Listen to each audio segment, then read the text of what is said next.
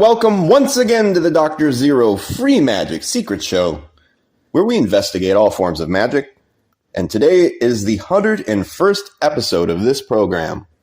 So, with a little 101 and a little education in mind, we're going to talk about sound magic, music magic, what that means. There is a book, it's fairly obscure. Llewellyn Publications put it out in the early 90s. And it's called Sacred Sounds, Transformation Through Music and Word by Ted Andrews.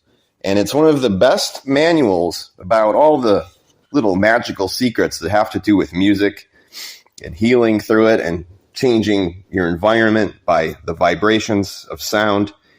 And there's so much information in this book, it is ridiculous. It is such a great little compact piece of work. So I was just going to jump around and read some of it and let it sink into your own minds a bit. And you can hopefully pick the book up yourself a little further. So we'll just start with Chapter 1, The Science of Sacred Sound. Sacred sound, whether as prayer, music, song, incantation, or chants, is a vital force which permeates every aspect of creation. In the New Testament, the book of John states, "In the beginning was the Word, and the Word was with God, and the Word was God." In the Ethiopian cosmology, God is said to have created both himself and the universe through the utterance of his own name. In Egypt, Thoth used words to create the universe, calling out over the waters, "Come unto me." Even in the early Babylonian cosmology, the gods mothered by Tiamat in the waters of life did not emerge as beings until they were named. Sound has always been considered a direct link between humanity and the divine. At some point, all of the ancient mystery schools taught their students to use sound as a creative and healing force. It is considered the oldest form of healing, and it was a predominant part of the early teachings of the Greeks, Chinese, East Indians, Tibetans, Egyptians, American Indians, Mayas, and the Aztecs. The Chinese healers used singing stones, thin flat pieces of jade which would emit various musical tones when struck. One of these tones was designated the kung, or great tone of nature. It corresponds in our own musical scale to the tone of F, or F sharp. The Sufis consider Hu to be the ultimate creative sound, Hu. The Tibetans consider the tones of F sharp, A, and G to be the three powerful and sacred tones of the world. Om, Am, and Amen were believed by many ancient societies and traditions to represent all the sounds the human voice was capable of expressing and manifesting in the physical world. The Essenes, a third sect of Jews living in the world at the time of Jesus Christ, were dynamic healers. Their name comes from a word asaya, which means to heal or to doctor. They were schooled in the mystic and healing arts of sound and nature. Much of what we know of the past regarding the teachings of sacred sound comes through the musical and architectural remains of those times. Sculptures in Baghdad, dating around 4000 BC, show several musicians playing harps and flutes. Music and sound as an art form was well developed by the Egyptians, Hindus, Chinese, and Japanese. By the time Egypt built the pyramids and sphinxes, it had organized choruses of 12,000 voices and orchestras of 600 pieces. Many believe it was through their use of directed and controlled sound that much of the heaviest labor was accomplished on the pyramids. From the early Greeks come some of the earliest scientific observations on sound and its true nature and effects. The Greek master Orpheus was to many of the ancient mystics the theologian par excellence. He was a poet, a musician, theologian, and even an interpreter of the gods.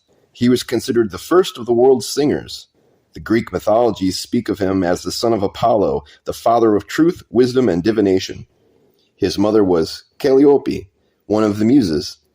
It was from her that he received his gift of music, music capable of moving immovable objects. Orpheus is often considered the great Hierophant of the Dionysian mysteries. He instructed the Greeks in magic and music, and the power of his healing voice and music was ascribed to certain magical formula, incantations, and charms that are inscribed in the ancient Orphic tablets. The name Orpheus means he who heals by the light, and it is quite probable that it was a title of a particular level of healing achievement through the application of sacred sound. The Pythagorean and Platonic schools of wisdom would arise partly from the Orphic mystery teachings. Pythagoras created the modern musical octave in an attempt to reveal the relationship between musical notes and the mathematical principles of the universe. Other Greeks and Romans would add to our modern awareness of the physical and metaphysical effects of sound. Aristotle presented humanity with one of the earliest theories of how sound was transmitted through the air. Pollio, circa 20 BC, lent tremendous insight into the acoustics of buildings and the power of echo and reverberation. With reverberation, diffusion of sound occurs. A reverberated sound is one which re-echoes many times. These reverberations impinge upon the ear and the body, giving the impression of being within a sea of sound. It is this effect that was created through strong, repeated invocations and chants, filling the temple or room with the force or energy being invoked. This helped to create a space acceptable for its actual physical manifestation, or for the raising of the consciousness of the individual to a sense of unity with the divine force. The Greek amphitheaters exhibited highly advanced knowledge of acoustical properties. They were free from noise. They increased intelligibility of speech, and they retained the richness of music. The Greeks even constructed shells to further direct and reflect sounds in specific patterns. This would eventually carry over into the Gothic cathedrals constructed by masons schooled in such techniques. The chants and songs would lift the consciousness of the individual to new heights. Many societies had forbidden certain kinds of music, especially in the formative years of the children. There was more extensive awareness of how sound played upon all aspects of humanity and could trigger problems in health and balance. In those societies which practiced musical restraint, part of the overall education of the individual included training in the musical arts. By the time of the Roman Empire, many of the restraints were no longer practiced, except in the more closed societies and traditions. It is unique that one of the most powerful emperors of Rome, Julius Caesar, recognized the influence of sound upon the well-being of people to the extent that he went so far as to issue a noise ordinance and even had straw laid over the city streets to soften the noise. Since the time of the early Greeks and the Roman Empire, the teachings of sacred sound and the power of the word has been passed down through what we now generically call the bardic tradition. Through the Greek rhapsodists, the English bards, the French troubadours, the African griots, the Norse skalds, the Navajo singers, the power to teach, heal, and raise consciousness through sound, music, and voice has been kept alive. Although today most people are either unaware or simply ignore the significance and preponderance of sound within their lives, this ancient knowledge is even more important within a technological society in which we are constantly bombarded by extraneous sounds. Sound is a major contributing factor to our present state of consciousness. The difference between the random sounds of daily life and the focused use of sacred sound is that the latter produces harmony rather than dissonance. When we learn to produce and direct sacred sound through our energy centers, chakras, to the physical body, balance occurs which energizes our entire energy system. We then have greater access to our true essence and its manifestation within our day-to-day life circumstances. We have greater health on all levels, and we can disrupt negative qualities and patterns as they arise within our physical and subtle bodies. We transmute them into positive ones. We begin to direct the alchemical processes of life, and it all begins with the understanding the principles of sacred sound. The sacred sound principle of resonance. There are basic sound principles that we must understand if we are to apply the secret power of the word effectively within our lives. They serve as the foundation for all healing, enlightenment, and the magic associated with the uses of sound, music, and voice. Resonance is the most important principle of sound in any form. It designates the ability of a vibration to reach out through vibrational waves to set off a similar vibration in another body. Physics teaches that life is composed of atoms, which contain protons and electrons. These are electrically and magnetically charged particles of energy. They are in constant motion, at times more so than at others, making their movements audible. The sound vibrations that physics speaks of are connected to the vibrations or undulations of atoms and molecules within the air. The undulations in the air cause pressure changes, resulting in sections of the air becoming denser and others more rarefied. These occur one after another in the manner of the rippling caused by a stone tossed into a pond. The sound vibrations set the air molecules in motion. They ripple outward, propelled to and impacted upon any receiving set, such as the human body. Audible sound vibrations enter the ear, causing the eardrum to vibrate. These vibrations are picked up by the nerves, which translate them into sound. When it is windy, it is more difficult to hear because the wind scatters the molecules, preventing them from condensing. Condensed vibrations alternate with rarefied vibrations. The principle of resonance is most easily demonstrated through the use of a tuning fork and a piano. If we were to strike a tuning fork keyed to the tone of middle C and then raise the lid upon the piano, softly feeling along the piano wires, we would find that the piano wire for middle C would be vibrating. The vibrations of the tuning fork triggered a response in that which was of a similar frequency. Every cell within our body is a sound resonator. It has the capability of responding to any other sound outside of the body.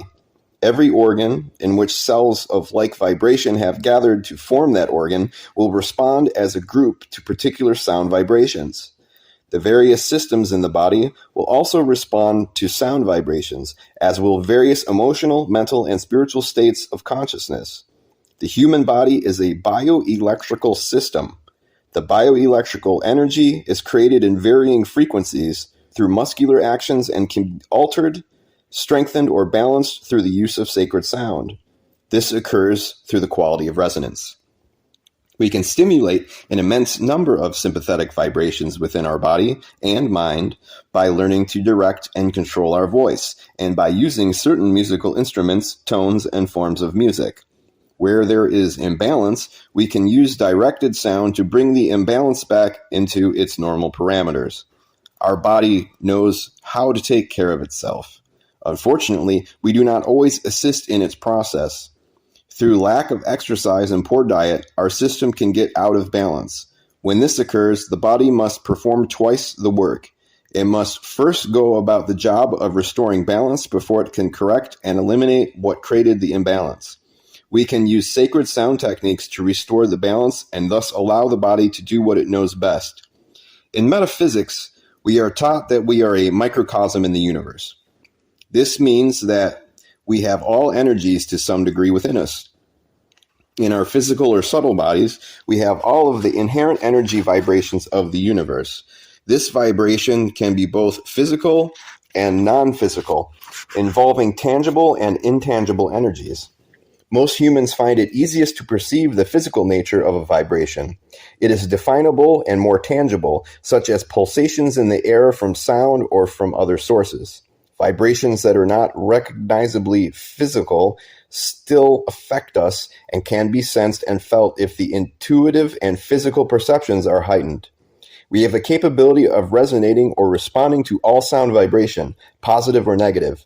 We need to be alert to the sounds around us and to strengthen our energies so that only the beneficial sounds can permeate our individual energy fields. The transmission of a resonant vibration requires three things. First, there must be an original vibrating energy source. This can be thought, sounds, colors, musical instruments, or voices. Almost anything can set in motion the energy between two destinations. Second, there must be a transmitting medium.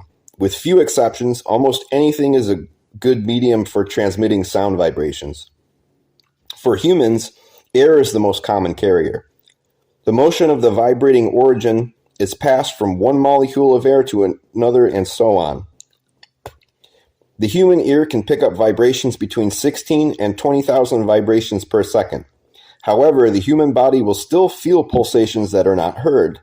Those who develop the psychic ability, known as clairaudience, have raised their own energy to pick up even higher vibrational rates.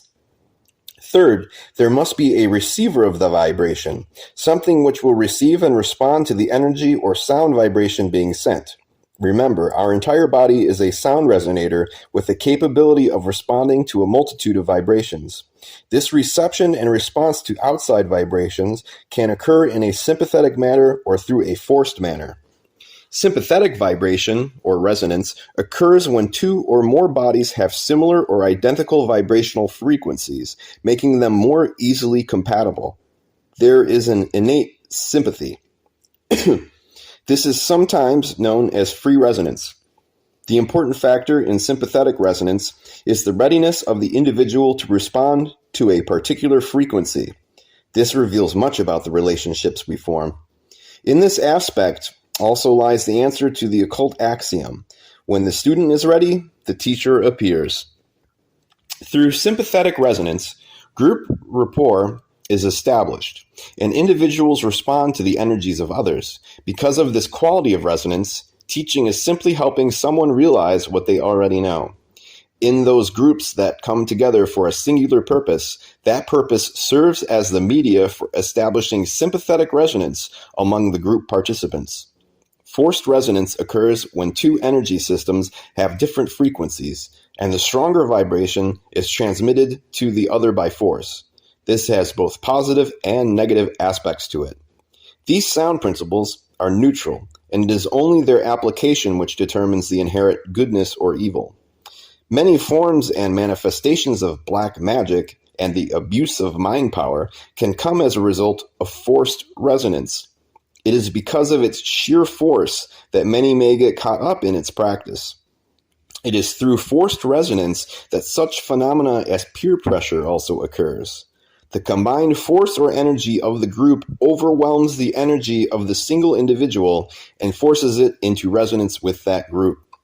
If understood and used correctly, forced resonance can be used to overcome imbalanced conditions in the body and to force various organs and systems back within their normal parameters, restoring homeostasis. High pitches can be used to shatter negative, limiting energy patterns. They can be used to create an intensity within the individual's energy field that can lead to enrichment. These aspects of resonance help explain the sympathy and antipathy we experience with various people within our lives. It is also this quality of sacred sound that allows us in the physical to contact and attune ourselves to those entities and energies in the spiritual or more ethereal dimensions of life. When two or more energies, or vibrating realities, come into sync or resonance with one another, whether through sympathy or force, entrainment occurs. The individuals come into phase, blending and mingling into a mixed harmony of vibrations. This is why occult groups are only as strong as their weakest member. Because our cells and our entire physical organism are a complex set of sound oscillators and receptors, we are subject to forced resonance and even entrainment with the outside world. When this occurs through forced resonance, we see participation in cults, black magic, and extreme political, social, and religious activities. When sounds are impinged upon the human body, resonance can take either a beneficial or detrimental effect. The human body is bioelectrical. Our auric fields are electromagnetic energy fields surrounding the physical body. We are constantly giving off electrical aspect and absorbing magnetic aspect energy. Every time we interact with another person, there is an exchange of energy vibrations. If we are around many people throughout the day, we may accumulate a tremendous amount of energy, debris. Unless we learn to recognize this and cleanse our fields of it, we can end up with physical, emotional, mental, and spiritual problems. The techniques outlined throughout the rest of this book will assist you in cleansing, balancing, and strengthening your own energy system through the directed use of sound, music, and voice.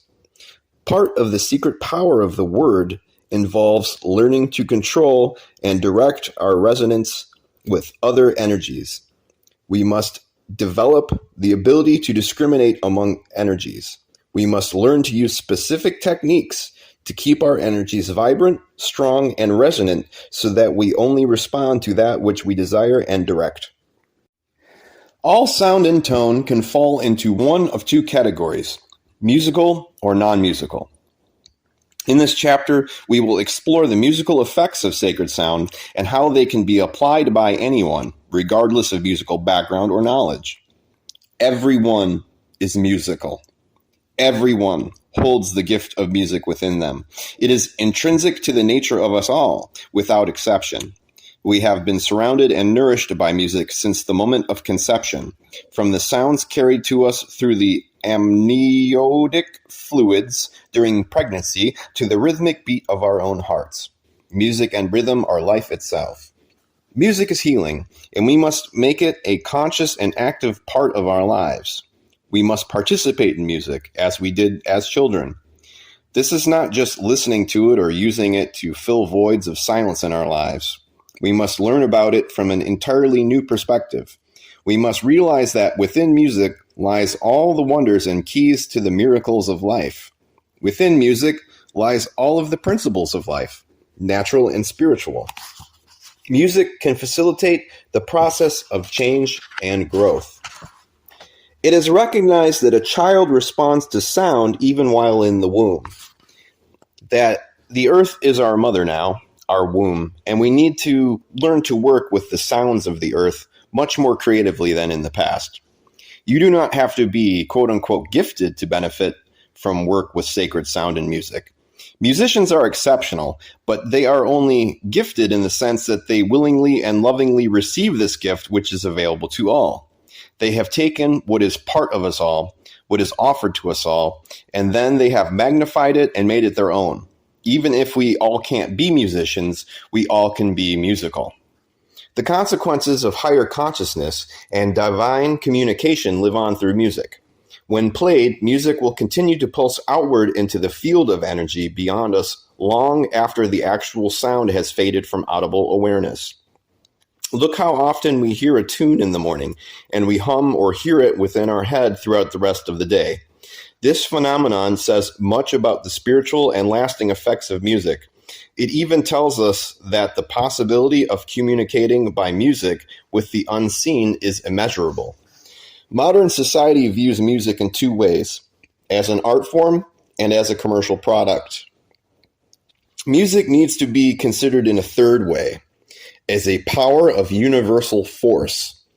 It is a force that was treated with great respect in ancient times. They recognized that the physical emission of sound was an outer and audible agency of the inner transformation. They recognized that music was a relationship of one tone to another, and that all life was a relationship of one individual to another. The power of music works because of a secret content found in the expression of sound. This secret content is the pattern of sound emitted through various techniques, vocal or instrumental. For example, inspiration and intuition occurs through a repetition of regular musical structures, tones, and patterns that change the brainwave pattern from a beta, normal consciousness, to an alpha pattern, altered state of awareness.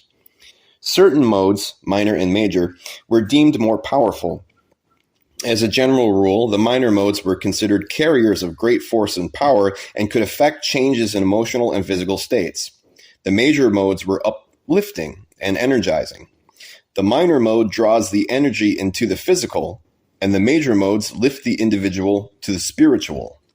The manner of playing and singing the modes was considered powerful. Some were literally banned by the church. Many believed that the voice was wedded to words and that instruments lacked this unity. Many of the early church leaders also associated many instruments with pagan life.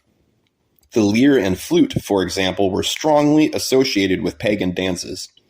Even though the lyre and flute were used in worship by the Greek converts to Christianity, the use of such instruments was condemned by such major figures as Clement of Alexandria, St. Ambrose, and St. Augustine, who adjures believers not to turn hearts to theatrical instruments. even though Augustine exhorts the power of music and hymns.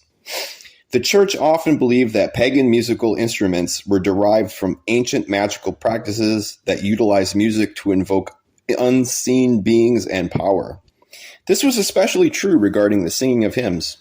For example, in the development of singing polyphony, the interval of the minor second was prohibited, and ecclesiastical authorities frowned upon the movement away from Gregorian chants towards secular and possibly pagan melodies as a basis for the Mass.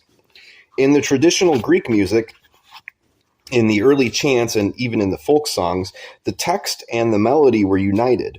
However, individual singers who would adjust the text of the Mass to fit with the music using their own judgment were condemned by the Council of Trent, 1545 to 1563.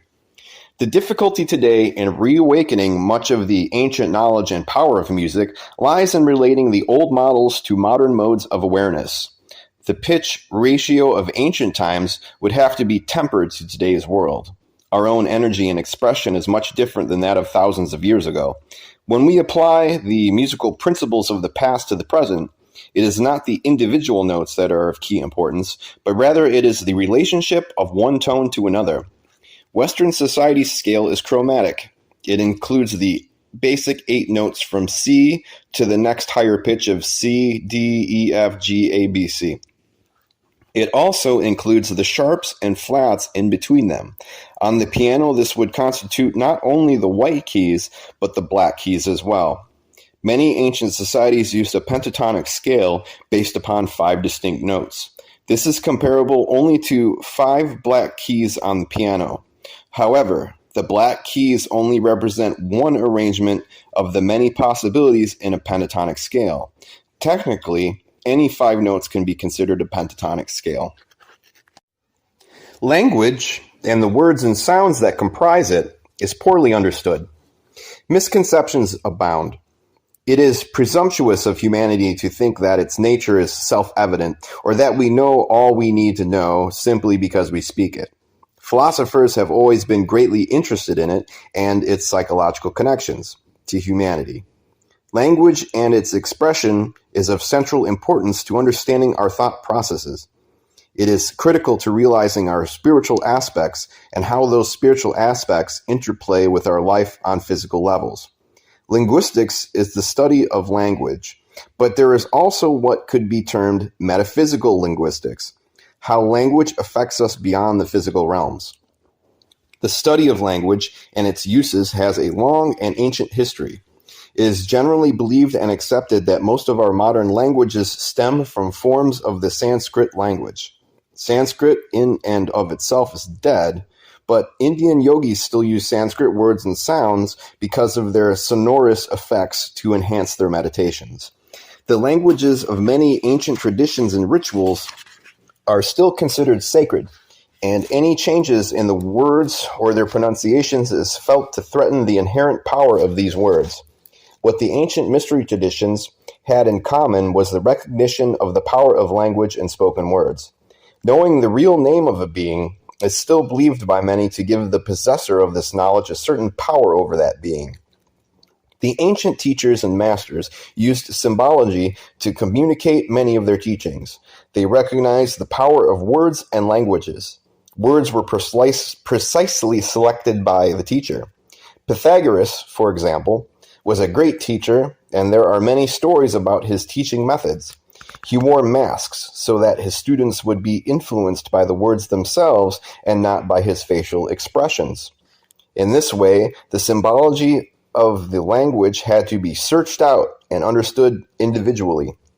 The ancient teachers knew that certain words that attracted blessings, gave power, brought release from illnesses, instilled courage, strength, and comfort. Events and lessons were recorded symbolically. The student was not allowed to recite religious or historical events, traditions, or legends, lest the powers associated with them would be invoked and brought again into manifestation. The oral traditions and legends were recited only at holy times, times of sacred festivals and initiation. The student had the responsibility of translating them into his or her own symbolic interpretation and working with it. The symbology of the student is what would ultimately be tested by the master to ensure the student had achieved proper depth of meaning and significance. Sacred sounds and words were imparted carefully to the student of the mysteries. The disciples had to first prove their selflessness and love for humanity. They had to become educated in the mystical and metaphysical arts to the degree that they could unfold their lower and higher minds and link them with a bridge often based upon the power of words and language. They had to graduate from tests of silence. They had to learn how to speak, what to speak, and most importantly, when to speak if they wished the higher knowledge of sounds and words. Those who sought to learn the occult significance of language and the power of words had to first unlearn their previous use of words and refrain from ordinary methods of talking. In the Pythagorean schools of wisdom, the neophytes were not to speak for their first 5 years. This was done to help them learn reticence of speech. They had to develop the ability to maintain silence so as not to reveal secrets through words or thought processes. The concept of strength through silence was a living, working reality. Just as music is played externally but realized within, so it is with words and language. Words and their sounds vibrate to different parts of the body, different chakras, different organs, different emotional and mental states, and different states of consciousness. Some have power over the physical, and some can quicken the emotions. To a great degree, the power of words depends upon the depth from which the word arises and how illuminated the individual is that uses it. This is why some individuals' words will penetrate into our hearts as if spoken in tongues of flame, while others may say the same thing 100 times and it still does not penetrate. Our minds are reflectors of words. We can build barriers to many things we do not wish to hear, and even to those things we do. Yes, the word has power, but it is not just what we say, it is also how we feel, how we express it, and the purpose behind the expression. We have all experienced the power of language. We say something humorous and we laugh. We say something sad and we cry. Every day in commercials and advertisements, we experience the power of words and language. Wall Street and the advertising industry has created a new form of mass word magic. Language is used to manipulate our energies, emotions, and ideas. They have learned to penetrate any mental deflectors we may put up. We are a society obsessed with the idea that being young and thin is the only path to happiness. Those within the advertising field have learned to utilize words of ordinary speech to create tremendous effects. If they can do this with our ordinary words, imagine what we could do with that ancient mystical words and sounds, which carry even greater force and power. Language is a magical force, and speech is its vehicle. It works intimately with the laws of manifestation. The ancient magicians knew how to manifest through the powers of speech and silence. They knew how to employ language to open the doors between humanity and subtle beings. They knew how to use language to pass through the veil that separates the physical from the other dimensions and realities. Blavatsky's book, The Secret Doctrine, defines magic as addressing the gods in their own language. It is this that we all can learn to do. Language and thought occur independently, and yet there is an intimate relationship. Our thoughts operate with a very fine form of energy, one that cannot be easily discerned in the physical realm. It sets the matrix of energy that we are wishing to manifest. Through speech, that matrix of energy is intensified and introduced into the physical realms of energy. It is brought out of that abstract, ethereal realm and becomes grounded into the physical, where it will manifest. The subconscious mind controls 90% of our body's activities and functions. It also responds in a literal manner to every thought and word. It takes every thought and word and uses them as clues to working and handling our energies and their expressions within our lives. When we tell ourselves or others that we catch 2 colds every winter, the subconscious mind immediately begins working on the energies of your body so that as winter approaches, we become more susceptible to catching those 2 colds. Our words and thoughts can become self-fulfilling prophecies. The more we think about something and the more we say something in conjunction with that thought, the stronger and quicker that energy will manifest within our physical lives. We are multidimensional, and our words must reflect that. All energy follows thought. When we give those thoughts vocalization, that energy is given great impulse towards manifesting. If we tell ourselves that we are clumsy or uncreative, then we see circumstances which prove it to us. We say to ourselves, "That's so stupid of me," or "That's unbelievable," and then we wonder why things do not work out for us. We criticize ourselves, mentally and verbally, and then we are upset when our lives are confused and ineffective. There are always some people who say that they can't help how they think of themselves. They say it's ingrained.